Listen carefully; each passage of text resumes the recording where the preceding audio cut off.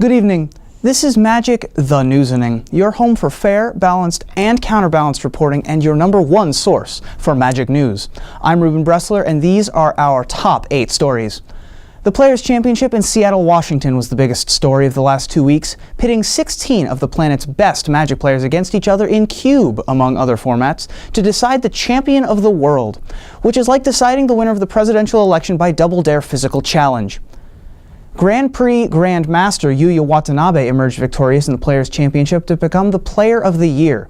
This is his second Player of the Year title, making him only the second Magic player ever to achieve the feat, meaning that next year he will finish second.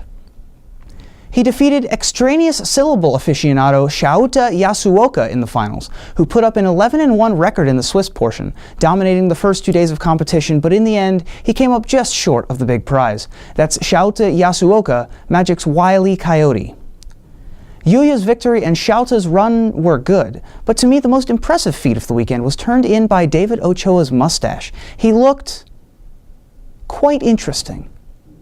I don't always play Magic, but when I do, I prefer Dos Equis. After the Players' Championship ended, PAX Prime took place over the weekend, highlighted by the Wizards of the Coast hosted guild parties, where Magic enthusiasts had not 1, but 10 individually themed parties to hang out awkwardly in the corners of.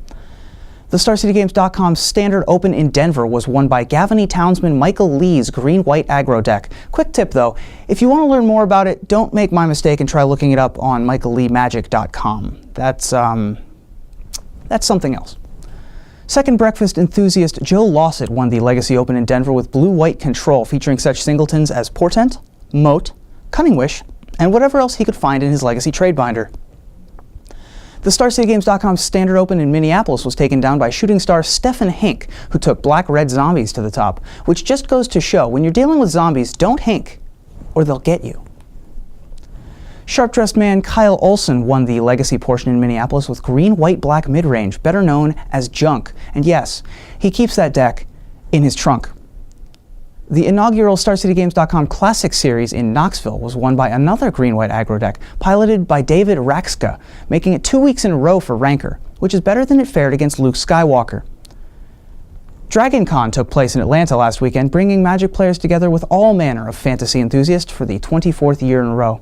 In a related story, Atlanta Walgreens reported that sales of deodorant went way unchanged. Return to Ravnica previews started last weekend at PAX Prime, including a new Jace, Architect of Thought. When asked how he feels about his new card, Jace responded, "I miss sculpting minds." Dual deck Sorin vs. Tibalt was announced last week, finally settling that age-old debate: rarely played Innistrad Block Mythic or never played Innistrad Block Mythic. And finally, the official Miser's Guide, an audio course by Michael Flores, became available for purchase on StarCityGames.com recently. So stay tuned next week for the Brady Games unofficial Miser's Guide. Well, that's all for the Newsening for this week. I'm Reuben Bresler, and remember, don't feed the trolls.